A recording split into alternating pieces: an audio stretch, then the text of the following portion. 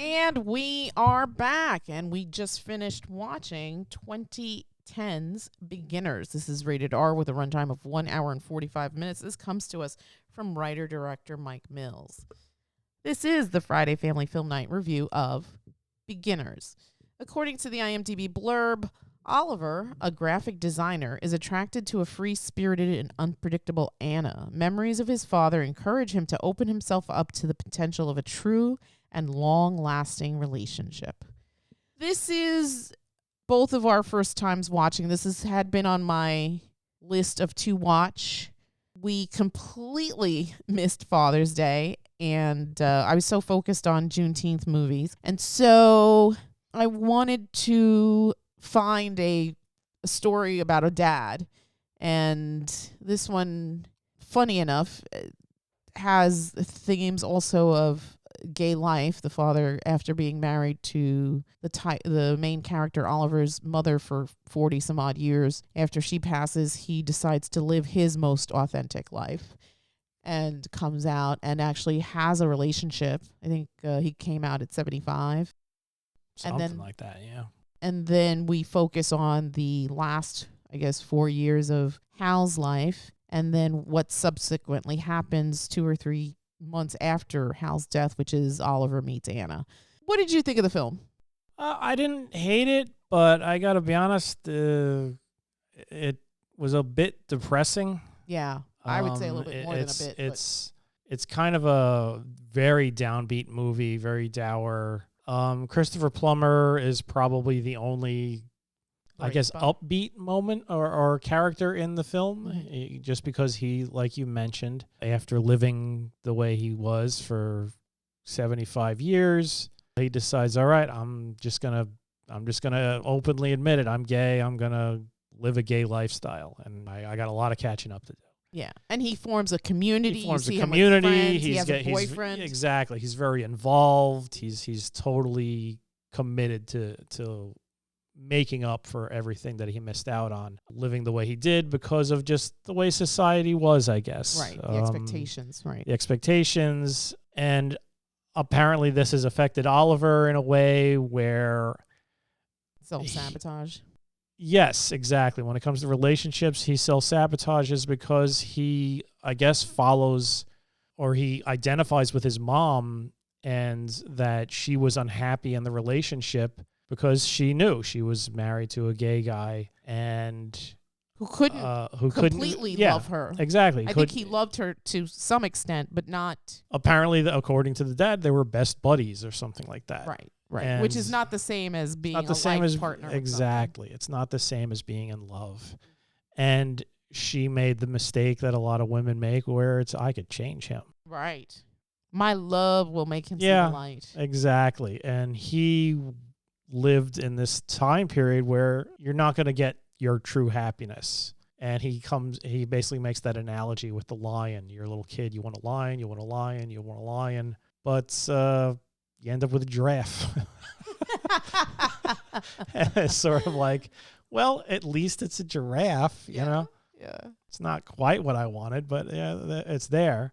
And that sort of also highlights the difference between him and his son. I mean, the father was definitely trying to find some kind of fulfillment. Yeah. It may not have been the perfect fulfillment. It may not have been that, but he wasn't going to let that basically ruin his life. Right. And Oliver seems to be the opposite of that. He finds reasons to just not be happy because in his mind, it's sort of like, it's never going to work. Right. I think he even says that at some point, even when he first meets Anna, it's like, it's never going to work. And it's sort of like this, it's like a self-fulfilling prophecy. If you really believe that, then you don't got a chance in hell. And I think as the film progresses after, it's no spoiler in the movie, the father is basically dead at the beginning of the movie. Yeah. What we know of the father is through flashback. Oliver is sort of like living his life through memories of his dad after the divorce, after the mother's death, after... it wasn't a divorce. He was widowed. Right. They stayed together because that's what was expected. Exactly. Right? They stayed together through the whole marriage. Then she got sick. She passed away after 4 months. And And so you get glimpses of Oliver's childhood with his mom. And it's funny, his childhood is always with his mom. He Yes. never really sees his dad or hangs out with his dad because his dad's always at the museum. And you could see the mother Probably having a secret life. Probably. There was that mention of like they show a bathroom and it's like, this is where you go to, I guess, have sex. Yeah. And yeah, so you just see the mother, and you could tell the mother is not happy. She's making the best of it for him. Right. She's never belligerent. She's never mean, but you could tell she's just like, fuck this world. Yeah. Like she's just. But she knew what she was getting into, which is kind of interesting. She knew what she was getting into, but she was, I guess she was. You're not going to change a 3-legged dog. Yeah. You know, it is what it is. Yeah, I guess she really believed that she could, and you could see every time he gives her a little kiss on the cheek and leaves, it's like more disappointment, more disappointment, more disappointment. And as a child, Oliver could tell something's up. Right. He doesn't he know. Even asks her. Yeah, he doesn't know that his dad's gay. It's just, I guess people just don't get along. Right, they fall out of love. They fall out of love or something like that. Yeah. And so I guess when his dad revealed that, it sort of like cemented that whole thing that, it's just, what's the point? There's always going to be something that gets in the way or something that's wrong or something that you will never be able to be to satisfy that other person to get them to stay, and they will never have the thing that you need to make you completely satisfied. But I think also, and I agree with everything that you've said, but I think also at some point, maybe internally, that switch goes off, or the thing that lights your fire goes off, because from the start, his relationship with Anna is like nothing he's ever experienced. Exactly. It has all the makings of a good relationship. I mean, she intrigues him, and he intrigues her. And she sort of puts the wheels in motion to like she seeks him out, and and then like as he's leaving the party, she immediately calls him. Yeah, and I think there was like the part in the beginning when they first meet each other. She has laryngitis, so she can't talk, but she basically says, "Why do you come to a party when you're sad?" Right, and he he's says, like, "How do you I know?" That. Yeah, I thought I hid that very well. And she just draws a picture of his eyes. And to me, that was sort of like she has that ability that he had to see that in his mother, and now she sees that in him. And I think they also pick up on each other, because you don't get too much of her backstory, but there's also familial trauma. And I think when she says that to him, I thank you for bringing that up. I think like that switch goes off, like, oh, she sees me. Like this woman genuinely sees me. So to your point, yes, he's now intrigued, and he wants to know her more. Yeah, and she's together. And not only is she's intrigued him, but she's not put off by this. Right. She's not trying to be like, turn that frown upside down. Right. It's just let's just live in this. Right. Yes, I see you. I understand. I have my own stuff. And I think as the movie progresses and as you see him become closer with his father after this whole thing, and then he learns that his father has a terminal diagnosis, and he gets even closer to his father and his father's community, and his father is always giving him those little hints, like the lion and the giraffe story. It's never going to be perfect. Yeah, he had a boyfriend, Andy, right? But Andy wasn't monogamous, and he's like, nobody's perfect. Right. And he knew it going in, and he was willing to still go down this road. It's funny, we were talking about, I guess, the movie after we finished watching it, and the comparison to Eternal Sunshine, about at the end how Clementine and Joel, and he's like, wait, like, give me a minute. Like, I don't see anything that I don't like. And she's like, I'm flawed. I'm just a girl who's just trying to get her own peace of mind. And he's willing to go down this road, even if it leads to heartache, even though they've been down this road before. Yeah, she even says, we both know how this is going to end. Right. And he just looks and he's like, okay. Okay. Yeah. And I think That's a great, I love that that's a great movie. film, That yeah. is like one of the best love stories I've ever seen. Yes, absolutely. Absolutely. And I think beautifully told and beautifully directed. absolutely, absolutely. And I think here, I mean, it's not to that level, obviously, but I do appreciate the filmmaker and the story he's trying to tell. I think it's kind of interesting because you have the dynamic of the family, his parents, their relationship, how that relationship shaped Oliver, how he grew up into adulthood, how he has this second chance with his father, and how he's there for him. He is constant in those 4 years from 75 to 79, where he really has this relationship with his father, probably even better of a relationship than he had with his mother, even though he was always with his mother as a young child. And Well, it was a more honest relationship because because by that point, Hal was living his most authentic life. When he had a closer relationship with his mother was hiding something. The whole family was hiding something. Right. And the relationship we had with his father was completely open and honest. Yeah. There was no more secrets. Right. And I think Hal definitely, like, there's scenes where he even says, like, I wish I had said certain things to you in the past because I see how you are now. And this wasn't my intention. And maybe if I had been more honest, we could have had these conversations. But again, it's tough, right, in that moment because of the expectations of what's expected. And I think his relationship with, I think her name was Georgina, whatever. The mother? The mother. Yeah. Is one that's almost comfortable, to your point where he says, like, we were pals. We were, he has buddies. this really nice memory of his time with this woman. Whereas I don't know if she would have put it in that same box, but Well, she wanted more. yes. Clearly she wanted more if she thinks, I could change him. Right. But that's, you're not. That's a pipe dream. Yes, exactly. Nobody's going to change unless they want to. What did you think of the relationship with Hal and Andy? There was that really interesting line towards the start of the film where he's like, I came out, my father disowned me, and now I just have this daddy complex. I love older men. I don't know. I will always have a problem with people who are just like, I just can't be monogamous. That it called me judgmental, but you can. You just don't want to. That's to me. That's just sort of like you're kind of being a little bit selfish there. Mm-hmm. You want your cake. You want to have your cake and eat it too. All right, that's fair. So I could see it served its purpose as far as the story goes and showing that it was a flawed relationship, but it was still one that gave the father comfort and joy. And even at the end, they ended up living together. So I'm guessing I don't know if there was still another boyfriend. I think the other boyfriend was Michael or something like that. Right. I don't know if that was still part of the story. They didn't really go into much detail about that. I don't think it was that important. But he served his purpose as far as being an example of what it's like to get a giraffe instead of a lion. I think that's great. And I also liked how it comes full circle because after Hal's gone, another really delightful part of this film is the Arthur character. Oh, the little dog. Yes, and how Arthur is a terrorist, and basically Oliver cannot have his own life because as soon as he leaves Arthur in the house, Arthur just has severe separation anxiety.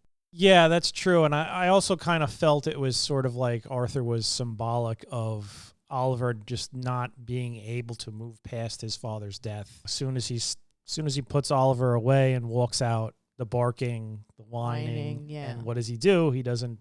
Most people would probably just walk away and be like, "Oh, he'll get used to it." He would go back, and next thing you know, Arthur's at the bowling alley, at the art museum, at wherever. Right.